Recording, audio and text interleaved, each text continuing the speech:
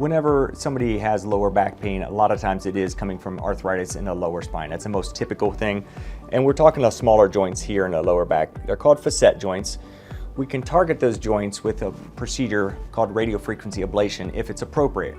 The idea behind radiofrequency ablation is you're using a small needle that has a specialized tip on that you can heat up and actually ablate the nerve that goes to the small joints. So if you're having an arthritic problem in your lower back where it's giving you a lot of chronic pain and you've tried physical therapy, maybe anti-inflammatory medications, or just rest and you're not seeing improvement, we can do a test block to see if maybe these nerves could be generating some of your pain or sending those signals of pain from your arthritic back.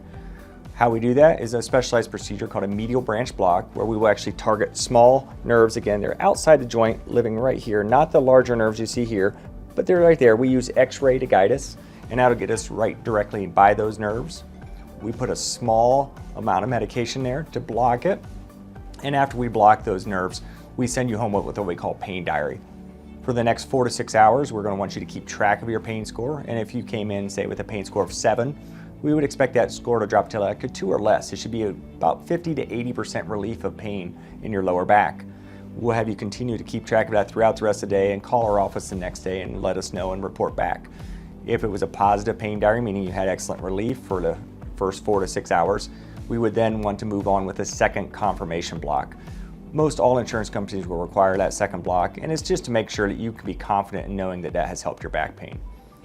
Once that second block has been completed, again, we'll have you fill out the pain diary.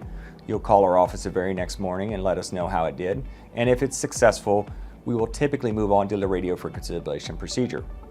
It is an outpatient procedure done either in the office setting where we can just numb it up, or it can be done in a hospital or surgical center with some sedation where you can be relaxed if you need it. And during that procedure, it will take about 20 minutes or so to do. And we will use a specialized needle that, again, can heat up. And instead of targeting those nerves with just numbing medicine, we will numb them up first, and then it will heat up and ablate or burn those nerves. The good thing about this is it can give you sustained long-term back pain relief lasting 6 months, 1 year, 2 years, or more for some individuals. Every patient is a little bit different in the response, but again, the key is those first 2 blocks and reporting back to our office if they were successful.